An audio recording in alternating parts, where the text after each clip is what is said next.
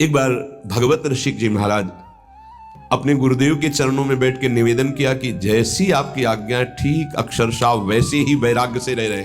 बहुत वैरागी महापुरुष, फिर भी काम वेदना सता रहे, इसका क्या हो सकता है? खान पान की कोई व्यवस्था नहीं, माधुकरी वृत्ति से बहुत एकांत प्रिय, बहुत अद्भुत साधना, फिर भी गुरुदेव ये अंदर काम वेदना का करवा ले आओ। उस करवा में गांव में तो उसे अंडी कहते हैं, बड़ा पेड़ होता है, छोटे छोटे उसके ऐसे बीज होते हैं, उससे तेल निकलता है। तो वो बोले करवा ले आओ, ले आए। बोले देखो इसमें तेल तो नहीं है? बोले नहीं। पानी भरा, थोड़ी देर रखा तो तेल आ गया। बोले जानते हो इसमें तेल क्यों आ गया? क्योंकि इसमें तेल रखा गया था, फिर धोया, फिर डाला, फिर देखो फिर आ गया ना तेल। बोले अब देखना। और उस करवे को रसोई मनिया की गई थी तो ढेर सारी आग थी, उसी आग में रख दिया। 10-15 मिनट रखने के बाद फिर निकाला। बोले अब पानी रखो, पानी रखा, तेल नहीं आया। बोले समझ गए, अभी तुम्हारे तप में कमी है, और तप करो, भस्म हो जाएगा ये।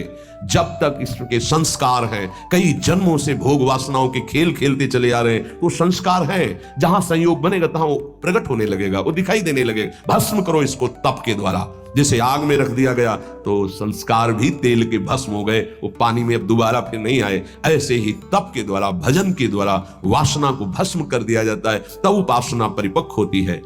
तो माधुर्य भाव, ये जो प्रेम लक्षणा भक्ति है, इसमें सबसे बड़ी सावधानी, चढ़ के मैन तुरंग पे चलिबो पावक माए, इसमें अत्यंत वैराग्य की आवश्यकता है। तो जो प्रारंभ से एकदम जुड़े हो, सही दिशा नहीं मिली, गुरुजनों का सही निर्देश सानिध्य नहीं मिल पाया, तो वो फिर इसी में भटक जाते हैं, इसी में भटक जाते हैं संसार मार्ग में।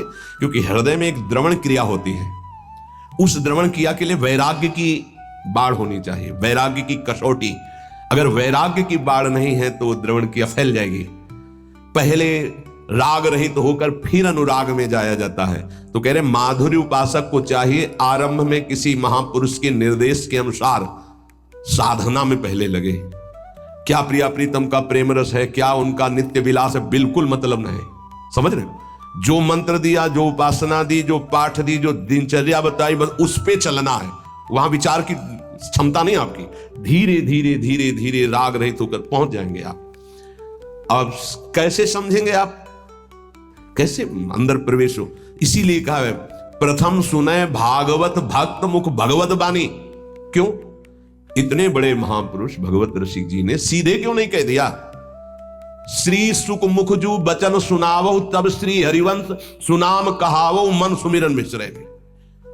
क्यों भाई ऐसा क्यों कह दिया?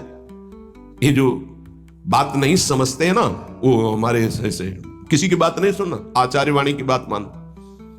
भीर मिटय भट जमन की भय भंजन हरि सोय, भय भंजन हरि सोय भरम भूले भटकत कत भगवत भक्ति विचार वेद भागवत प्रीति रति भक्त चरण धरि भाव तरत भव सिंधु अगाध। सेवक जी महाराज सी सेवक वाणी जू अति अगाध मत गूढ़ बिरलो कोई समझई हित मार्ग आरूढ़, हित मार्ग आरूढ़ भाव भागवत मिले सब चार वेद सुस्मृत जो चार अवगाय ले जब तब पावे सेवक हृदय जो हित मार्ग उपदेशी है।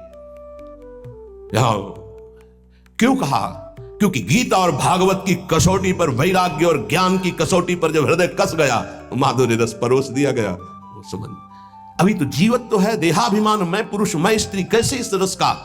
इसलिए गुरुदेव की आज्ञा पे चलो। रस की बात को मत देखो कि हमारा तो सहचरी भाव आता ही नहीं, ऐसे आ जाएगा तो आएगी। ये वासुदेवा स्वरमिति से पढ़ाई शुरू होती है, ये कोई छोटी मोटी नहीं है। वृंदावन नित्य विहार रस है ये। यहां बड़े बड़े ब्रह्म ऋषि भी जहां हार गए, वो ये रस है वृंदावन का प्रेम रस। हार गए कृष्णात परम किमपि तत्व महम न जाने, अभी तो पहुंचे ही नहीं किशोरी जी तक। श्रीमद्सूदन सरस्वती जी कहते हैं जो ब्रह्म चिंतन में स्वराज्य स्वरूप स्थान में विराजमान आत्मबोध संपन्न महापुरुष, उनको जब रूप माधुरी ने आकर्षित किया श्री कृष्ण चंद्र की, तो कहते हैं कृष्णात परम किमपि तत्व महम न जाने।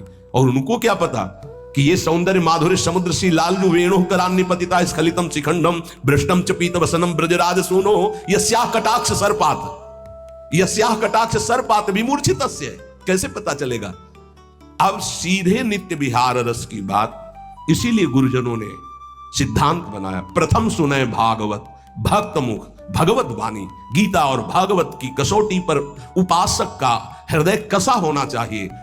आसपास पात्र मेड़ मजबूत है, रस डाला सीधे, उसमें सुरक्षित है, नहीं तो द्रवित हृदय और फिसल गया तो ये फिर संसार में चला। तो उपासक महामाधुर्य रस की उपासना वाला पहले गुरुदेव प्रदत्त साधना में प्रीति करे। अब नित्य विहार का मतलब क्या? पहले तुम राधा राधा रटो और एक भी मिनट नाम ना छूटे, पहले से चलो।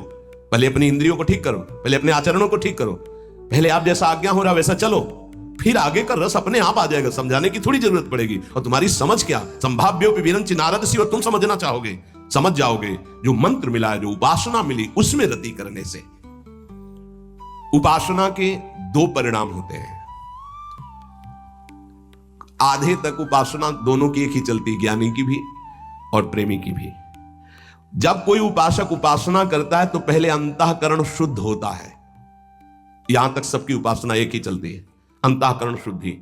अंतःकरण शुद्ध का मतलब मन में कोई भी सांसारिक संकल्प नहीं रह गया। बुद्धि का निश्चय जो ये था कि इंद्रियों के सहित मन जब भोगों का संयोग करेगा तो हम सुखी हो जाएंगे, खत्म हो गया। बुद्धि का निश्चय है एकमात्र प्रियालाल में ही सुख है।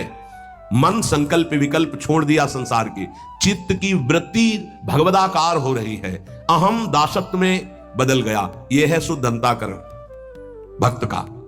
और ज्ञानी, उसका शुद्ध अंतःकरण जहां हुआ था उसे अनुभव हुआ, मैं स्थूल नहीं, सूक्ष्म नहीं, कारण नहीं, आत्मस्वरूप। और अपने आप उसका राग तीनों शरीरों से खत्म, क्योंकि शुद्ध हो गया ना तो दिखाई दे रहा, और अपने आप में स्थित।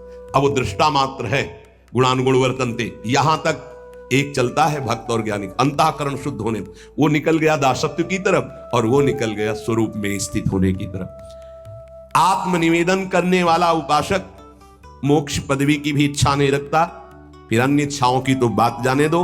आत्मनिवेदन आराध्य देव को, ये नवी भक्ति है। जब तक उपासक के अंदर वासना है, काम है, नाना प्रकार की इच्छाएं हैं, तो साधना पर ध्यान दे कि दिव्य लीलाएं जो नित्य विहार रस की हैं वो चिंतन करने का अधिकार नहीं। ये तो निर्खत नित्य विहार पुलकित तन रोमावली आनंद नयन सुधार, यह जो कृपा हरिवंश की, क्योंकि वाणी जी समर्थ है, वो स्वयं प्रकाशित हो जाती है हृदय में। ये चिंतन का विषय तब बनता है जब देह भाव छूट जाए, बनिता पुरुष भाव मिट जाए, तब चिंतन। आज वन क्रीड़त श्यामा श्याम, सुभग बनी निशि शरद चांदनी, रुचिर कुंज अभिराम, खंडन अधर करत परि। ये चिंतन जो दिव्य भावावेश में अपने सहचरी स्वरूप में वो देख रहा है, सामने निकुंज है, कैसी चांदनी छिटकी हुई है, कैसी सुंदर शैया है, कैसे प्रिया प्रीतम विराजमान, वो सब शोभा। ये अर्थ थोड़ी हो सकता है, अर्थ नहीं हो सकता, ये चिंतन का विषय होता है। तो नित्य विहार रस माधुर्य रस के उपासक को चाहिए कि वाणी जी का पाठ करे अर्थ समझने की नहीं, सिद्धांत का अर्थ समझे, लीलाओं का नहीं। लीला गायन करो, गायन करने से ही गायन का फल लिखा है। छुटी 84 भ्रमंते निर्खय जुगल किशोर, जब निर्खय जुगल किशोर तब लीलाओं का चिंतन प्रारंभ होता है। उस समय निर्विकार अवस्था होती, सच्चिदानंद बपू। अभी तो ये जो वपु धारण किए ये विकारी है, ये काम से पैदा हुआ है, इसके अंदर परमाणु है कामना के, जन्म जन्मांतरों से इसी में हम बंधे चले आ रहे हैं। इस शरीर की रचना काम से हुई है, संकल्प कामना, चिंतन काम का, संकल्प काम का, कामना, उससे इसकी उत्पत्ति, सृजन ही इसका हुआ है। और जिस देह से सेवा होती है उसका भाव से सृजन होता है, ध्यान रखना। वो न संकल्प का है न कामना का देह है, वो गुरु प्रदत्त मंत्र के भाव का देह, उसे भाव देह कहते हैं। विशुद्ध सच्चिदानंद बपू प्रेममय, तब नित्य विहार लीला का चिंतन। जरा सा चिंतन हुआ, हृदय में अद्भुत आनंद आंसुओं की छड़ी लग गई। देखो प्रिया प्रीतम झूल रहे हैं, पैंग बढ़ी तो अबलात सुकुमार डरत मन, वर हिंडोर झकोर तो पुलकी पुलकी प्रीतम उर लागत दयनो उरज। अब अरुझी बिमल माल कंकन सो कुंडल सो कचडोर, ये शोभा जब देखी सके, ओह कैसा अपार सुख हो रहा है। तो दय असीस हरिवंश प्रशंसत करी अंचल की। आचार्य हरिवंश महाप्रभु जी जो हित सजनी स्वरूप में है, आशीर्वाद ये सुख जब इन नेत्रों से देख रहा है उपासक, इतनी सामर्थ्य, तब उसका सही भाव और अर्थ समझ में, शब्दावली से नहीं समझ सकते। इसीलिए गुरुदेव भगवान का आदेश करना चाहिए, महापुरुषों के रसिकों की बात माननी कि वाणी जी का अर्थ नहीं, गायन करो, गायन करने मात्र से छुट्टी 84 भ्रमंते निर्खय जुगल के। पहला तो यही है कि भवजल निधि को नाव और काम पावक को पानी। गाते गाते देखना तुम्हारा हृदय कैसे निष्काम हो जाता है। निष्काम हृदय ही प्रीति रस में, अभी तो बहुत कूड़ा करकट। वाणी जी गाओ, नाम जप करो, श्री जी की सेवा करो, 8 पहर जो कर्तव्य कर्म है धर्म पूर्वक करो, भगवद अर्पित करो। निष्कामता पहले जागृत होगी, फिर प्रेम मार्ग का रहस्य है। जैसे हम इंटर कॉलेज है और वो कक्षा 1 से लेकर 12 तक है, तो हम पढ़ाई 1 से शुरू करेंगे कि 12 वाले स्कूल में बैठ जाएंगे। ऐसे ही ये जो नित्य विहार रस है, ये साधारण से लेकर असाधारण स्थिति तक पहुंचाने के लिए है। तभी कहा है श्री सुखमुख जो बचन सुनाओ। सेवक जी कह रहे श्रीमद् भागवत और भगवत गीता जी इस साधक की कसौटी है साधना की। ज्ञान वैराग्य भक्ति रस से परिपूर्ण, तब जाकर आत्मसमर्पण और फिर पाई रस भक्ति। गूढ़ जुग जुग जग दुर्लभ भव इंद्रादि विधि।